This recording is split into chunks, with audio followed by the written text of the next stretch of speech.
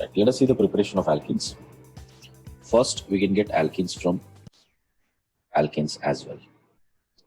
So for instance, if we take CH3, treat that with platinum and heat, we could see cracking happening where we will get ethene. In the similar lines, if we take butene and treat that with platinum and heat, we can get different types of alkenes. We can get cis or trans form this way, and also we can get dienes. All these are possible products. All right, plus H2 obviously. Okay. Let's write the second reaction by pyrolysis or cracking. So if we take something like ZNO Al2O3 and heat it, it can crack into these molecules and it can give this form. This is by pyrolysis or cracking form. We have learned this as the reactions of alkenes. The most important reaction is this one, which is from alkynes. Mainly when it comes to alkenes, this is what you should be more referring to, how to prepare alkenes from alkynes.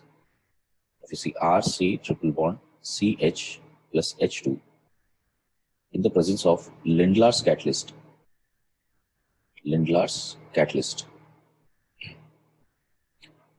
that would give us RCH double bond CH2. Now what is Lindlar's catalyst? Let us try to understand that.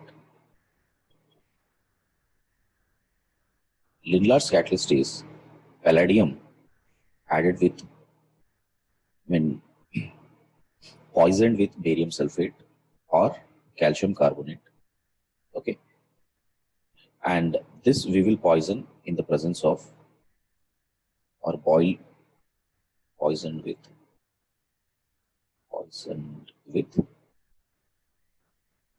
quinolone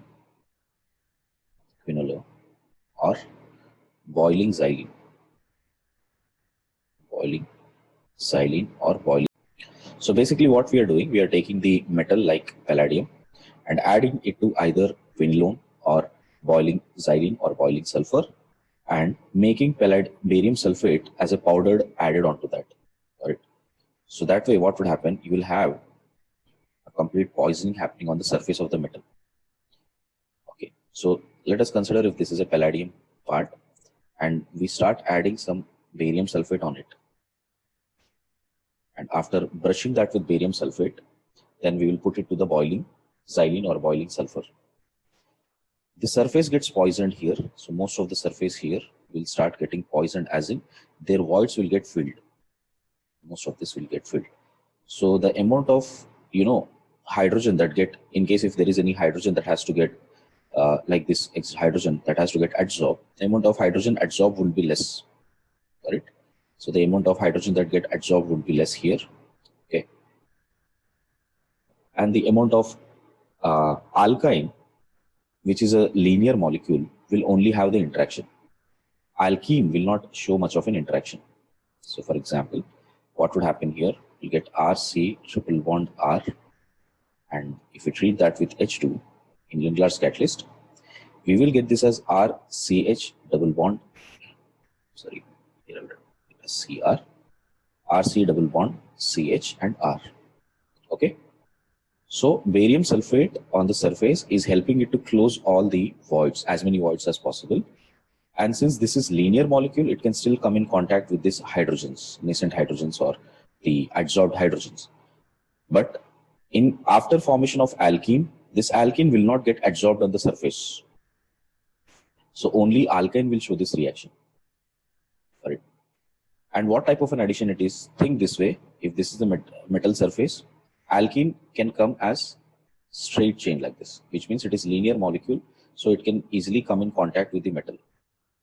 But if it is an alkene, right, alkene getting adsorbed or coming in contact with the hydrogen becomes difficult. So here the contact would be difficult, so it would get desorbed, so it will come out of that metal surface.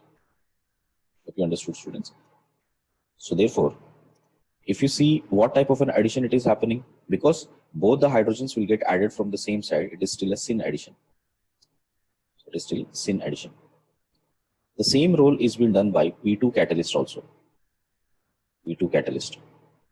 This is also going to give you syn addition, and P2 catalyst is nothing but nickel boride. So for instance, if I take RC triple bond C and R and treat that with H2 in the presence of P2 catalyst, all I will get is C double bond C, R, H, and R and H. So that's how the addition is going to happen, and we'll get syn product. Everybody understood that? How we are getting alkene? The next reaction is diimide reaction, which is the syn addition as well. So if you take a if you take alkyne and we treat that with N2H4, right? I'll take this as B, write it as B, this as A, Lindlar's catalyst as A.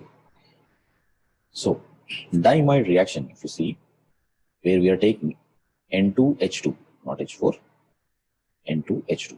This is diimide. And that, if at all I take it in one equivalent, we will get this as R, C, double bond C, R, H, and H. So the structure of N2H4, N2H2 is N, double bond N, and two hydrogens attached. So for instance, if you take R, C, triple bond C, and R, we have N, double bond N, which is connected with two hydrogens here. Okay, so a homolytic fission will take place as it comes in contact with the alkene here and this way, and here it will close it as N2 molecule. So it has lone pairs both the sides this way. So if you see the transition state, it is like C double bond C with R and R. Along with that, this triple bond is breaking and trying to make a bond with hydrogen, which is connected with nitrogen, which also has a double bond, which is connected to another hydrogen, which is connected to another hydrogen here, this way, and that is making a bond here with this carbon, and this triple bond is forming. So you can see it is making a 6-member transition state. So you can have 6-membered cyclic transition state. Through this transition state, it will convert into an cis alkene. Whenever there is a syn addition, we will get cis alkene. All of these reactions we have seen at least once or twice. No, this is a reaction which we may not have heard before. An important one, that is called Birch reduction. In Birch reduction, any triple bonded carbon, if you treat that with sodium metal present in liquid ammonia, or the same can be taken with lithium. So lithium in liquid ammonia, right, or lithium in ethanol, they will do the same role. And this time we will get a trans addition, trans molecule here. So we have H, H, R, and R. So the addition type is now anti. It is not syn addition, it is an anti type of addition. Sodium, if you take sodium and add it to ammonia, you have seen this in group 1 reactions, where it will react as Na plus and gets ammoniated. So Na plus will get ammoniated, plus electron will come out, which is also ammoniated. This is called ammoniated sodium and ammoniated electron. Ammoniated electron, which means the solution has become rich electron species now. So that electron will try to combine with the carbon here, because carbon, triple bonded carbon can hold electron better. So these electrons will start interacting with the triple bonded carbon. Now as it interacts here, you will see that you will get R, C, and this dot which has just added, which is electron which is added, and this pi bond will shift onto carbon here, making this as ion this way with minus charge. Got it? So try to observe one thing carefully, that it was sp hybridized carbon. Now it has become sp2 hybridized carbon. Got it? And it has 3 orbitals. One is bonded with this R, one is with this carbon, and the other hybridized orbital have single electron in it. So it is like a radical form. So this is called as radical anion. Radical anion form. So as soon as it becomes radical anion, C minus can extract proton. That's a strongly basic part. So it will extract proton from the solution. So in the solution has ammonia. So from ammonia, it can extract proton and minus NH2. So what do we get here? R, C with a radical form, double bond, C, H and R. Okay. So once you get this radical, this carbon is a radical form now, a simple radical now, not radical anion. So to get stabilized, it will again accept one more electron. So as it accepts one more electron, we get C with a lone pair here with double bond C, H and R, and this gets minus charge. The same thing will be repeated here. So if you have NH2, H, that is the ammonia, it will extract proton from ammonia, minus NH2 will go. The product what you will have is R, C, H, double bond C, H and R. Now observe how the proton has been added here. So one hydrogen got added on this side, one hydrogen got added here. So you can see both the hydrogens are trans to each. C, lone pair here, double bond C, R and lone pair here. Correct? This experiences electronic repulsions. Understood? So both the radical and anion prefer to be away from each other to avoid their repulsions. So given a chance, they will always try to be away from each other rather than coming adjacent to each other. Whenever there is an electron-rich solution, there is always an electromeric effect within the double bond or a triple bond. What is an electromeric effect? A temporary shift of pi bonds, correct?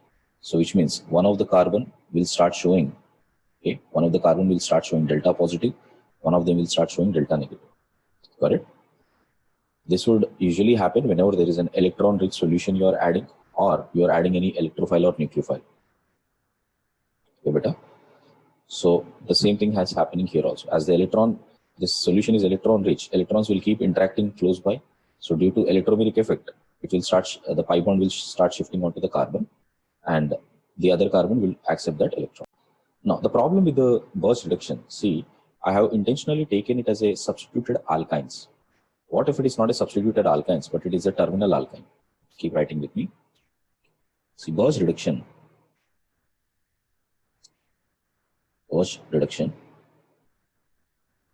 can't be used in the original, form to reduce, the terminal alkyne as they react with the reagent, to form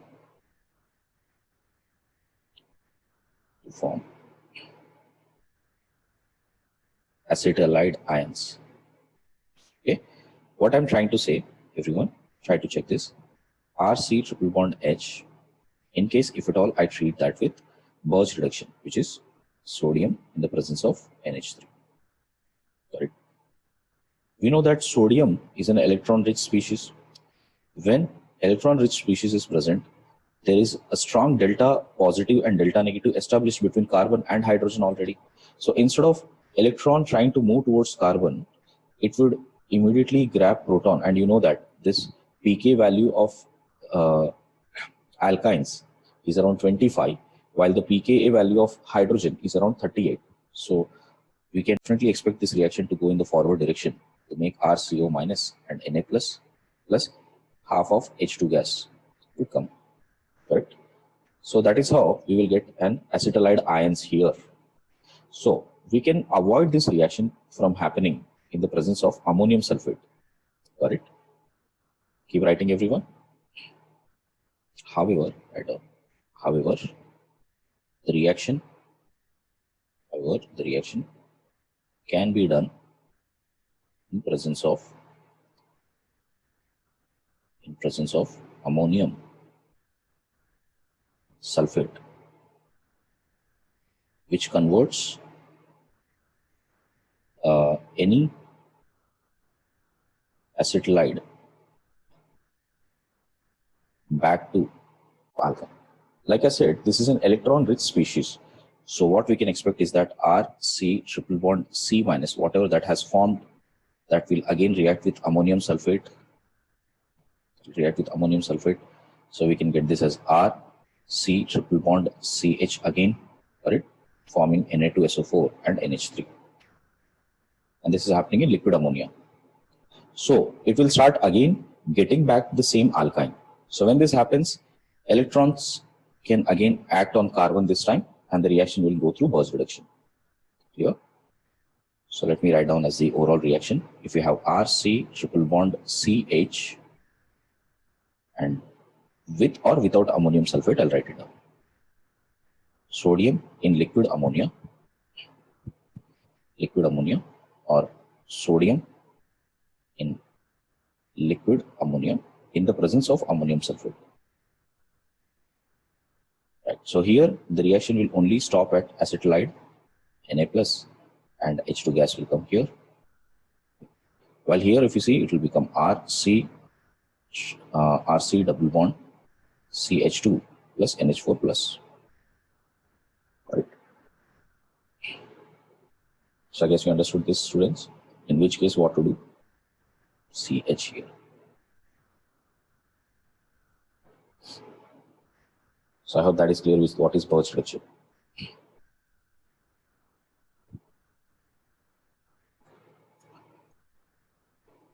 Right. So whatever we have discussed is about alkynes. Now what we will discuss is about alkenes formation from alkyl halides. And this is what mainly there for our syllabus this week, which are elimination reactions. Suppose if there is any alkyl halide this way, and I treat with alcoholic KOH, it would form an alkene going through various types of eliminations. Either we can have beta elimination. Within beta elimination, 1 minute, let me check. Okay, so we'll go through beta elimination reactions. So beta elimination can happen through mechanism like E1, it can happen through E2, it can happen through E1CB. These are the times. Now first let us see how alkenes can be extracted from alkyl halides by E2 mechanism. So first one, what we'll see is E2 mechanism. So everyone, please write down E2 mechanism. See what exactly happens in general when we take about elimination. In elimination, if you observe,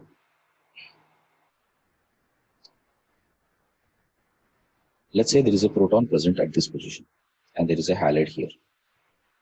Then this would become an alpha carbon, this is a beta carbon. So the hydrogen connected to beta carbon is called the beta hydrogen. Then a base will try to extract the proton from beta hydrogen. As it happens, this bond will break and try to make a double bond. And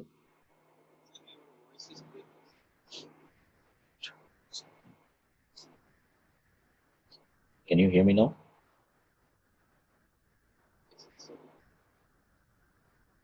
Okay.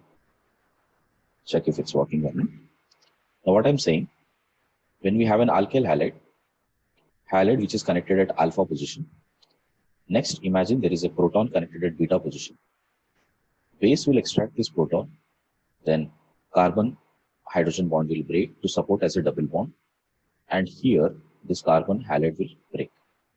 It all depends upon whether this reaction is happening simultaneously or it is happening in one step.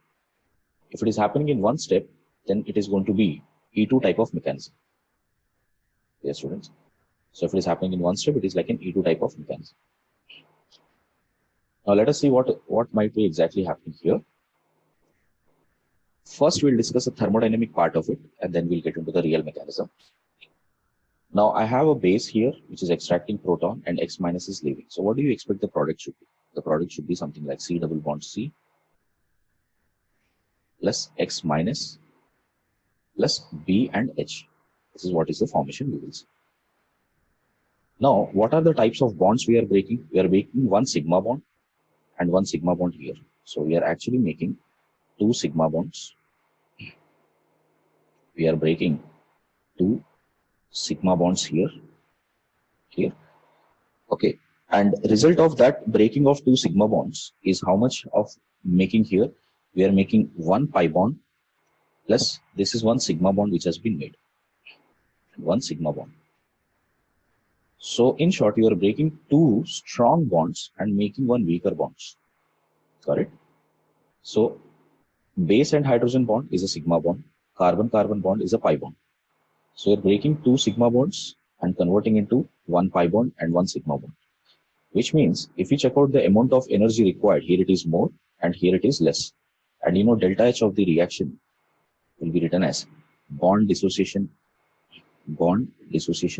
enthalpies of reactants minus bond dissociation enthalpies of products.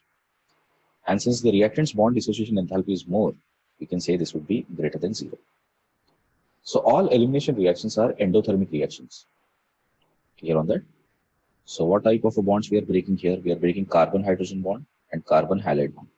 And what type of bonds we are making here? Carbon, double bond carbon here, and base and hydrogen bond we are making. Second thing, check about delta S of the reaction. See, reactant side I have 1 base and 1 substrate. So total how many reactants? 2 reactants. Product side we have 1, 2 and 3. So total 3 products. So which means products minus reactants, if you see entropy change of the products minus entropy change of the reactants, if you observe. So this is coming out to be positive. So this is also coming out to be positive. So delta G of the reaction, if you check out, which is delta H of the reaction minus T delta S of the reaction. This is a positive form. This is a positive form. So if this reaction has to become more spontaneous and move into the forward direction, what is more favored here? High temperature, right guys? So high temperature favors reaction in forward direction. So whenever you want to increase the composition of elimination, increase the temperature, that would definitely increase the composition of eliminated products. Is this point clear, everyone? Now this is the generic point of how the elimination happens. So which means any form of elimination, if you observe, how does the reaction progress here? Reaction coordinate or reaction progress versus energy, if you observe. Reactant energy is less, product's energy is more. This is reactant, this is product. And why it is more? Because it is always an endothermic reaction. Okay. So this is the general point you must know. What better?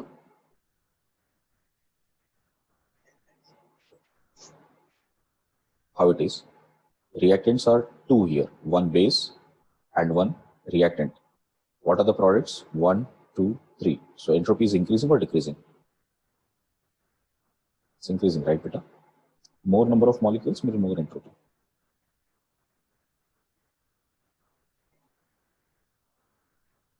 Clear on that, everybody? Now let us focus on E2 type of mechanism. In E2, what is exactly happening is we have C this way with halide and proton is here. And like I said, this is the beta carbon, this is the beta hydrogen, and base B minus, any base with lone pair is trying to extract the proton. This bond is breaking to make double bond, and X minus is leaving. And all of these are happening simultaneously. All these reactions are happening simultaneously. So if you see the transition state, so we are getting something like this. So here halide is leaving with delta negative charge. Here proton is leaving, correct? And base is coming with delta negative charge, extracting hydrogen, and at the same time double bond formation is observed. So this is the transition state of E2 mechanism. From here, finally, you'll see the product as C double bond C and this one. This is how the product formation is. If you observe the rate of the reaction, it is a single step reaction. So rate of the reaction will only depend on the reactants here. So reactants being Rx, which is the alkyl halide, and base concentration. Everybody got the point, right? So this is base and this is Rx, alkyl halide. So rate of the reaction depends on these two. And since they will have power 1 and 1, order of reaction is 2. And if you see the molecularity is number of molecules participating in the slow step.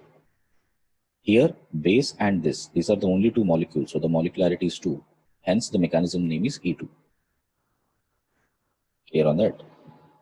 Now, the rate also depends upon the stability of transition state.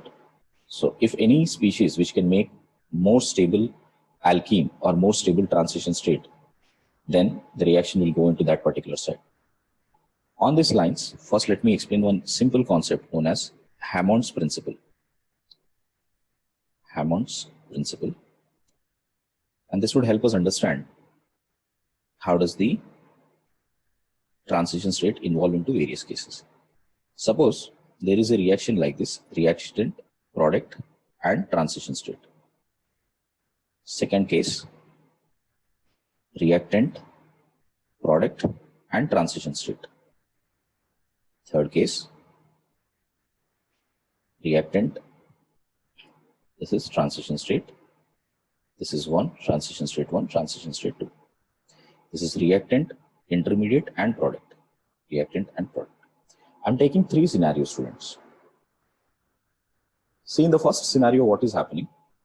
From reactants, it is moving towards products through a transition state 1. Clear? This is an endothermic reaction. In the also exothermic, it doesn't matter whether it is endothermic or exothermic here. But if you see the transition state, see transition state energy is close to which one? Transition state energy is close to the energy of products. Here transition state's energy is more close towards the reactants. Here transition state energy is more close towards the intermediate. Here everyone will always have more structural features of its nearest neighbor.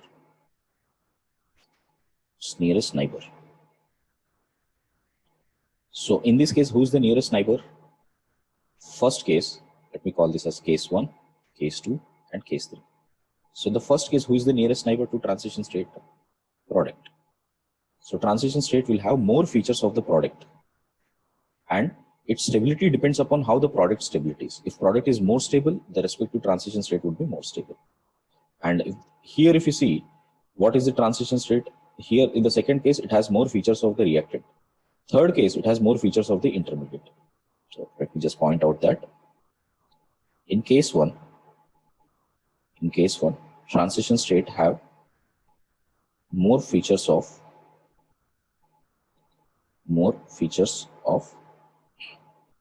product. More features of product. In case 2, transition state have more features of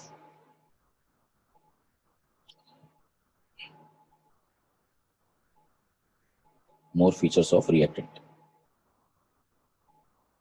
And in case 3, transition state have more features of intermediate. So it will have more features of intermediate.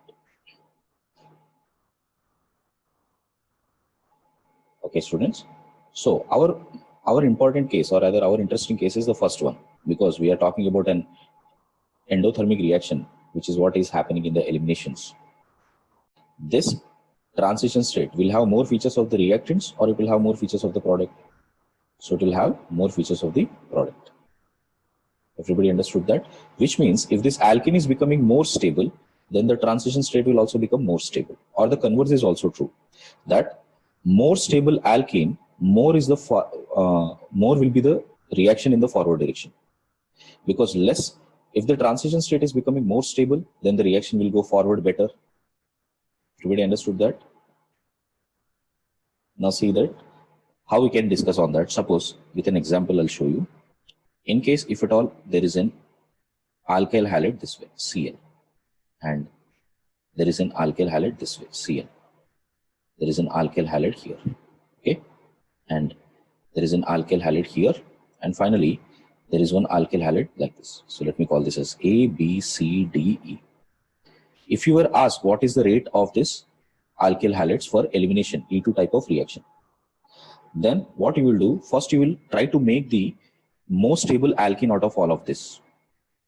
For this, for instance, first one, what is the most stable alkene here? We can make most stable alkene like this. Second one, we can make most stable alkene like this. Third one, the most stable alkene will be this one. Fourth one, the most stable alkene will be here. Fifth one, the most stable alkene is this one. Stability of alkene can be explained on the basis of inductive effect and hyperconjugation. So if this is A dash, B dash, C dash, D dash, and E dash, which more stable, students? Check out stability wise.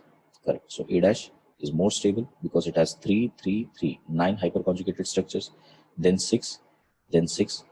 We have seen between these two earlier in hyperconjugation. We have discussed this section. Isobutylene will have more stability compared to that of trans. Then D and then E finally. This is how this stability is. Since this is the stability, their transition state stability will also be in the same way, which means which is a faster reaction here? A will make more faster reaction. So therefore, rate of A will be more than B, then C, then D, then E when it comes to E2 mechanism. Okay, students. So let me write it as a note here. So stability of transition state or stability of product.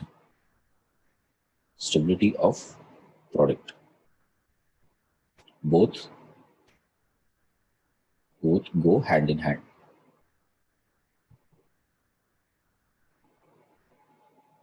Okay, which brings to the fact that rate of E2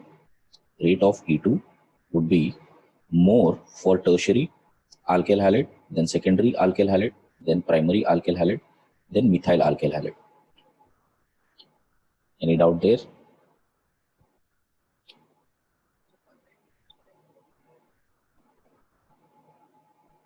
What it is happening here, if the product is more stable, then the transition state will also be more stable now, beta. Because this is more stable, its respective transition state is more stable. Clear? So both will go hand in hand, as in one can complement the other. If transition state is more stable, you will get more stable product. If product is more stable, which means it is coming from a more stable transition state. Clear on that? Second point. First point is how the rate changing with respect to position of alkyl halide. Second is types of halides. How the types of halides will impact the rate. For example, if we have fluorine, if we have chlorine, if we have bromine, and if we have iodine. If these four has been seen, now it all depends upon which will have more amount of, stability after removing this ion. Suppose when it comes out, after forming of a double bond, this will come out as F minus. Here it will come out as Cl minus. Here it will come out as Br minus. And here it will come out as I minus. Check out the stability of this, which is more stable. I minus is more stable. Correct. So the more stable conjugate ion which you are getting, right? So reaction will be more towards that side. Okay. So therefore, you can say that more stable the leaving group, more stable leaving group, faster will be the reaction. Faster will be the reaction. Okay. So if you take this as A, B, C, and D, and we try to compare the rates, so which one will have faster rate here? D, C, B, and A. Correct. This is one way of explaining that on the basis of conjugate basis. The other way of explaining is trying to check out what is the bond dissociation energy. If you see the bond dissociation energies, carbon iodide is weaker compared to that of carbon bromide, compared to that of carbon chloride, compared to that of carbon fluoride. So which will break easily? Ci will break easily. So hence, rate is inversely proportional to the bond dissociation energy. So more the bond dissociation energy, slow will be the reaction. Clear, students? I guess this point is clear, everyone. Right. Next important point of E2 mechanism is about its regioselectivity. Regioselectivity. Regioselectivity as in what is the orientation and position of beta hydrogens from which we are extracting the proton. As an example, let me take this. Suppose if we have an halide here, correct, and I'm trying to react with a strong base like ETO minus K plus. This is a strong base, and to facilitate elimination, I'm also using heat. Heat will always facilitate elimination. So on doing this, what is happening? This molecule will give, this can give, in fact, two types of products. One is this one, and the other one is this one. These two alkenes we can get. Here, if you write it as product P1 and product P2, tell me which is more stable here. P2 is more stable, right guys? P2 is more stable, correct. So P2 is greater than P1,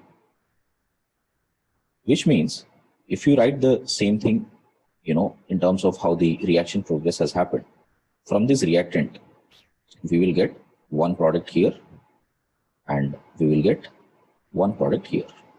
Okay. So possibly which is P2 here? This is P2. The up one is P1 because P2 is being more stable than P1. Right, students? Accordingly, you can see there are two transition states. This will be TS2 and this is TS1. Transition state 1 and transition state 2. So if I just write the stability analysis, I can say P2 is greater than P1 and TS2 is greater than TS1. I think so far clear on that. Now let us try to see what exactly the transition state looks like in both of these cases. Clear? So in both of these cases, if you see the transition state, if you check out transition state 1, in transition state 1, where molecule is here, right, and from this direction, there is a halide leaving here, X is leaving with delta negative, and double bond is forming here, and there is a beta hydrogen which is connected to this carbon, which is being extracted by proton, which is being extracted by base. Base here we took as ETO minus, so I'll write that. ETO delta minus. Okay. So that's how we are getting this transition state. This is transition state 1. Same way if we check out transition state 2. In transition state 2, we have halide leaving from here. There is a proton which is present here. A double bond is forming here, which has been extracted by the base. Delta minus, delta minus. So this is transition state 2. Right. So that's how you can see transition state 2 is becoming more stable than transition state 1. Now, one very important aspect is that first of all, we need to have this beta hydrogen for sure. Here also we should have beta hydrogen for sure. Then only these two products are possible. Yes, students. Next, if you check out which is a faster reaction in both of them, because P2 is more stable, transition state is less, the activation required for this is less. So most of the product will try to form P2. So which one will be major and which one will be minor here? P2 will try to be major and P1 will try to be minor. Okay. Now, these two products have two distinct names. Correct? What are the names here? The product which has less alkyl substitution. For example, this alkene has how many alkyl substitution? Only one here, rest all three directions are hydrogens. While here, if you see, there is 1 and 1. There are 2 here. So 2 alkyl substitutions and 2 hydrogens. The less alkyl substitution products are called Hofmann products. So these are called Hofmann products. Okay. And the more substituted products are called, Shazev or, Zezev. Sorry. Right. Zezev or Shazev. Shazev. Okay.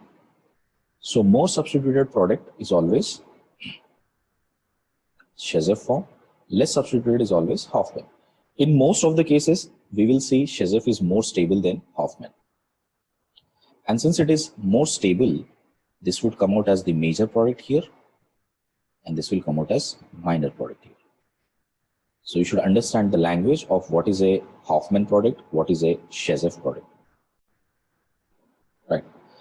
Check. In this particular case, what we can say, the molecule, if you see this molecule, it is giving two structural isomers. It is giving two structural isomers. The product which you are getting are two structural isomers. Correct? Which means base can choose to extract proton from here, or base can choose to extract proton from here. So let me show that. Like we have a molecule here where proton is here and proton is here and halide is here. Then base is trying to come and extract proton from here, or it can extract proton from here. Out of these two locations, one of them is becoming a priority, is it or not? Correct?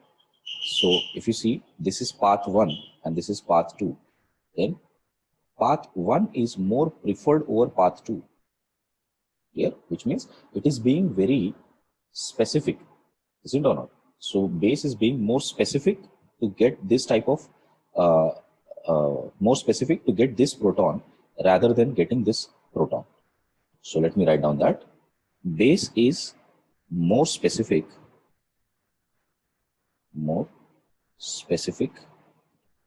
to extract, I'll give the numbering here, to extract proton from third carbon,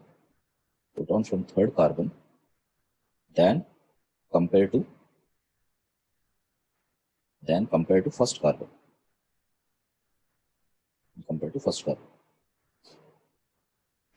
Such type of specificity when you are getting, right, one is preferred over the other, correct? And both of them are two different regions, not the same position, correct? This is a different carbon position, this is a different carbon position. So between two different carbon position, if one of them is more preferred than the other, then we say the mechanism is regiospecific.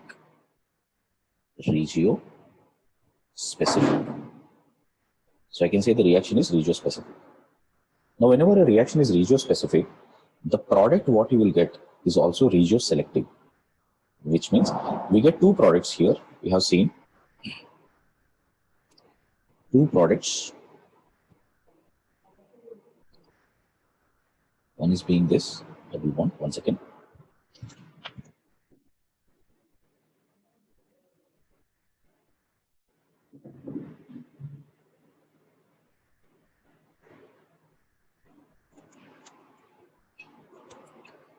We got this as one product, we call it as P2 product, and we got this as the other product, which we call it as P1 product. Out of these two products, P2 is more selective than P1. So which means in this mechanism, we preferred P2 over P1 because P2 is being more stable. Then mechanism is called, then the product formed is called,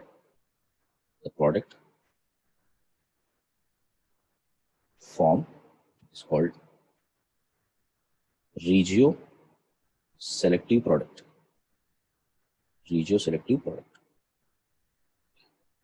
So there are two regions on which a double bond can form. The double bond which has formed here is the more selected product. So that's why it is called a regioselective product. Everybody understood what is regiospecific and regioselective? Any doubt there? Next point. Suppose if you bring the energies here, this is the activation energy, right? This is the activation energy required for formation of P2. And this is the activation energy required for formation of P1. Now, if you see that this is activation energy 2, I'll call it as activation energy 1. Which is higher activation energy? This one.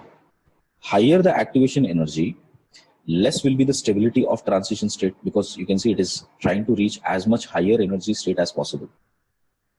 Clear, students? Now between these two, which path? Suppose this is this one is path A and this one is path B. So the reaction could go to path A and get P1 as a product. It can go through path B and get P2 as a product.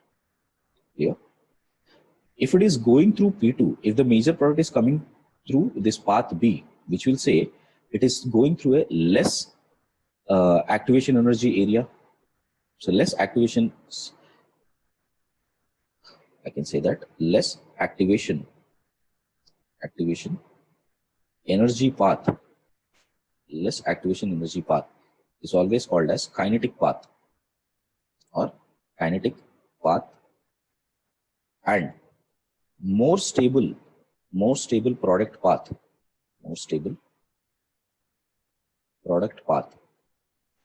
that is known as thermodynamic path.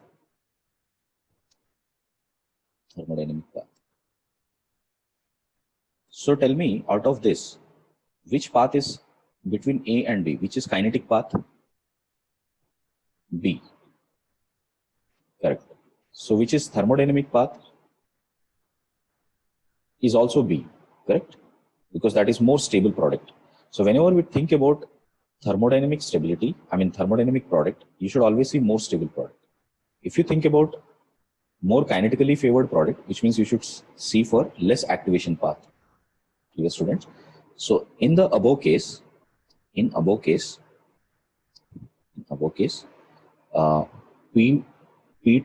is both kinetically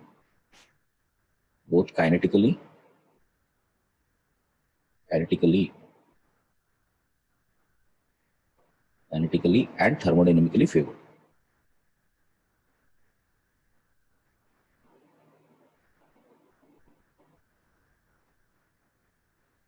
Make a note, everyone.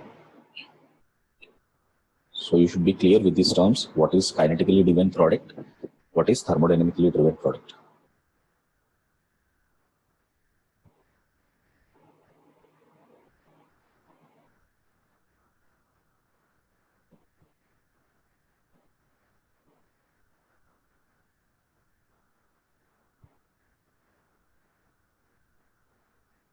Finished on that. So now let us try to work out few questions where you have to choose the product carefully and also explain which is regioselective product, which is thermodynamically favored product, which is kinetically favored product. Right? So on this point, we'll do some exercise.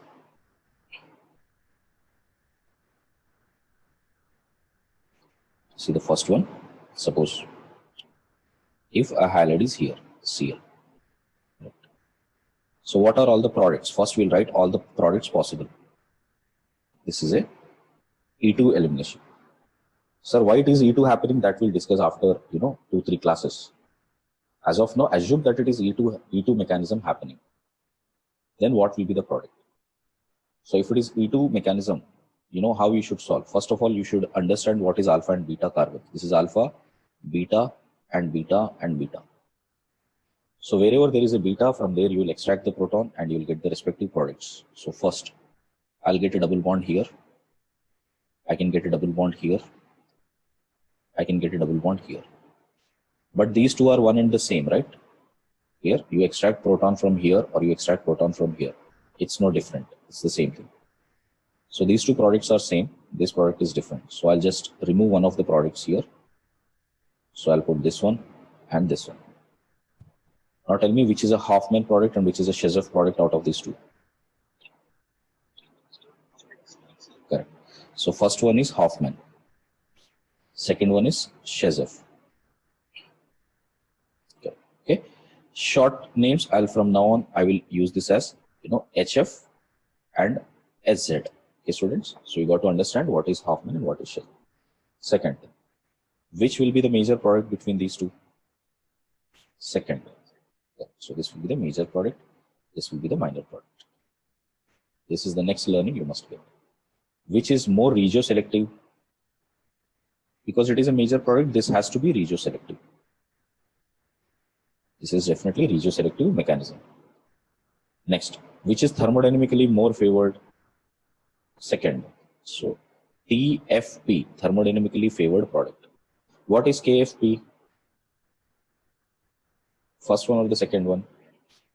Correct. So this is also KFP. I guess all of you understood this point. Okay. Now, within transition state energies will have more features of product, right, beta? So if product is being more stable, the transition state will be more stable. Remember the aspect, right? Yeah. Yes, beta.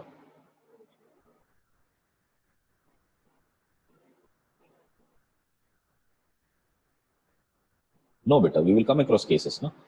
If the base is bulky, correct? If there is any lot bulky groups, then due to repulsion, their kinetically favoring nature changes. Okay, that we will come at one case. Okay. But back of the mind, what it should run to, back of the mind, what you should run is this one. Less activation path is always kinetically driven. More stable product is always thermodynamically driven. Fortunately, in what cases we are taking, both of them are coming same, but not always. We will go ahead and see there are a lot of cases where thermodynamic product is different, KFP product is different. Have you all done that? Let us do this next question here. Okay. Suppose if you have bond this way, iodide is here, and I'm treating with alcoholic KOH and heat. Again, how do we do this product's formation now? So first we will check out the beta positions, beta and beta. Now, out of these two beta, does this beta have any proton here? There is no proton here. So no proton, no elimination on that side. So what are the number of products you will get? You will get only one product, and that will be 100% product. This one. Okay. So this will be 100% product. The rest of the ions would be B minus, and base, which is extracting a proton, so maybe H2O. Make a note, everyone.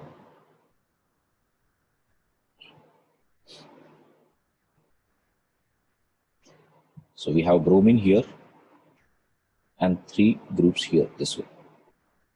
I'm treating that with ETO minus and heat. What is the product here? I'm only interested in elimination products. So don't think, sir, substitution can happen, right? So no elimination product. No elimination product.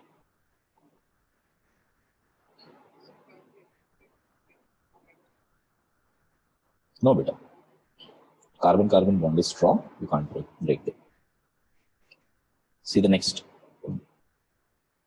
Suppose if we have a group this way, and we have ETO minus, halide is here, Br. Got it? See what are the products you can get.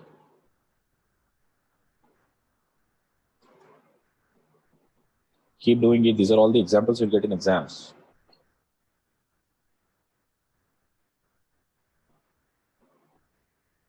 Beta, beta, and beta. These are the 3 beta positions. So accordingly, write all the possible products first. Double bond here with this group. And double bond here with this group. Yes.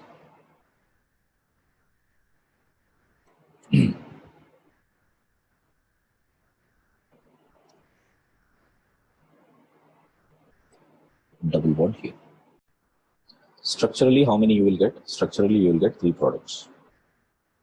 Stereochemically, how many products you will get? See, this does not show any cis and trans. This does not show any cis and trans, but this will show cis and trans beta. So this will have cis plus trans also. So on total, how many products we will get? Total 4 products.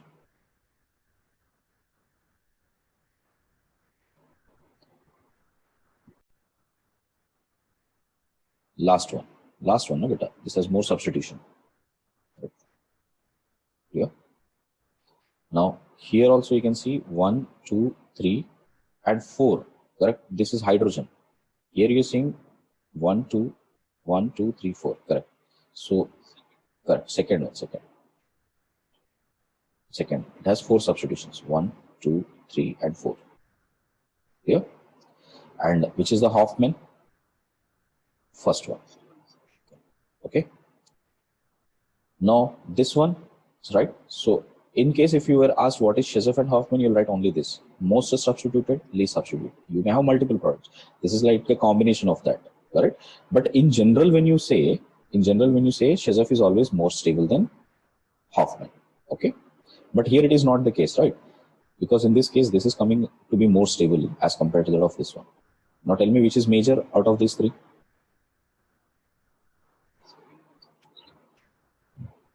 Everyone? Second one or third one? Second one only. Okay. So you can see, correct. So we have 3, 4, 5, 6, 7, 8, 9. 3, 3, 6 plus 1, 7. So this one is the major product. The rest two will be minor products.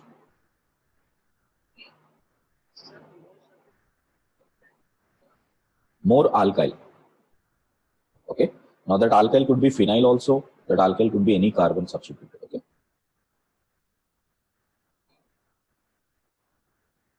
No, beta. That's what I said. No, it is not necessary. Sometimes it might happen like alpha hydrogens might be less, but it is becoming more, substituted. So it might be Shezeff. Yeah. Stick to the definitions. Yes.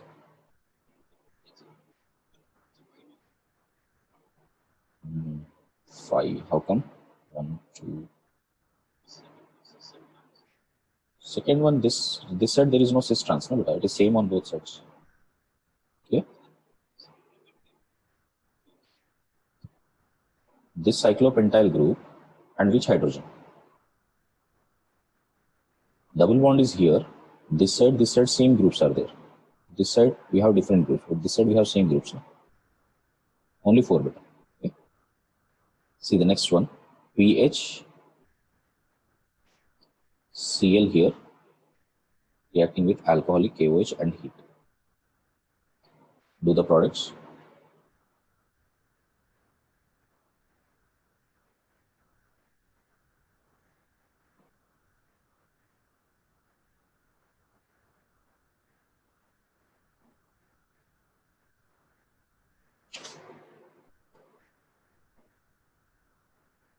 Faster.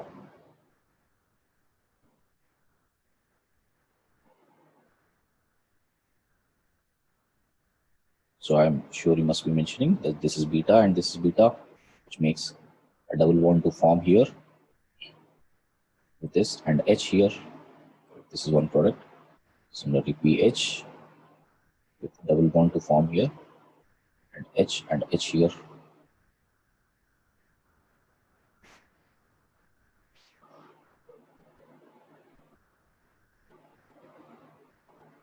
Right. Now, if you see, there is one alkyl group on left hand side, one alkyl group on the right hand side. Here, one alkyl group on the left hand side, one alkyl group on the right hand side. So we can't judge whether it is Shezeff or Hoffman. We should not be saying that it is Shezeff or Hoffman in this case.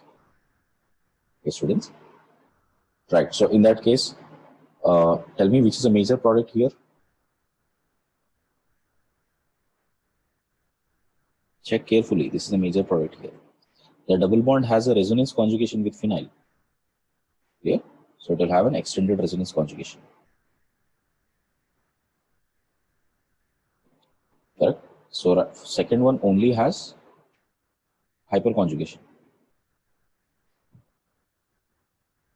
And that is clear, everyone. So this is the last question we'll do. Suppose if we have phenyl connected to the group like this with chlorine here, and we are doing alcoholic KOH and heat. Do the same thing here.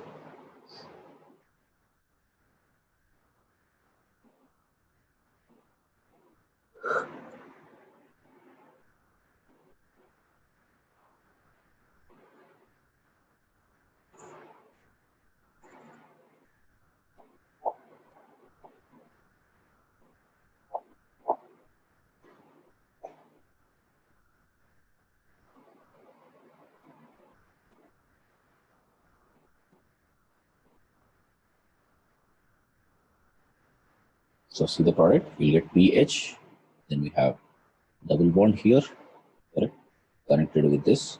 This is one product plus pH with double bond here connected with these two.